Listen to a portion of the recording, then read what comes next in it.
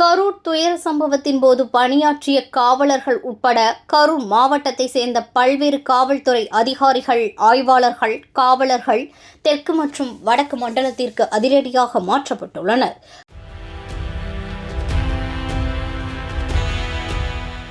கரூர் மாவட்டத்தில் பணியாற்றி வந்த துணை காவல் கண்காணிப்பாளர்கள், காவல் ஆய்வாளர்கள், உதவி ஆய்வாளர்கள், தனிப்பிரிவு காவலர்கள் என பலர் தெற்கு மற்றும் வடக்கு மாவட்டங்களுக்கு பணியிட மாற்றம் செய்யப்பட்டுள்ளனர்.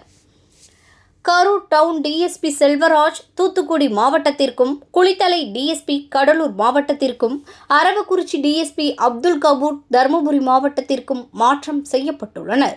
தனிப்பிரிவு காவல் ஆய்வாளர் மணிவண்ணன், கரூர் நகர காவல் ஆய்வாளர் அருள் பிரகாஷ் உள்ளிட்ட 10 காவல் ஆய்வாளர்கள் தெற்கு மற்றும் வடக்கு மண்டலத்திற்கு மாற்றம் செய்யப்பட்டுள்ளனர்.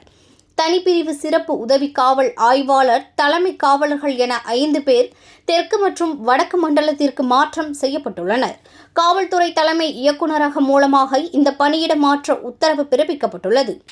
இந்த பட்டியலில் இடம்பெற்றுள்ள பெரும்பாலான காவல்துறை அதிகாரிகள் உள்ளிட்ட காவலர்கள் கடந்த ஆண்டு செப்டம்பர் 27ஆம் தேதி கரூரில் நடந்த துயர சம்பவத்தின் போது பணியாற்றியவர்கள் என்பது குறிப்பிடத்தக்கது.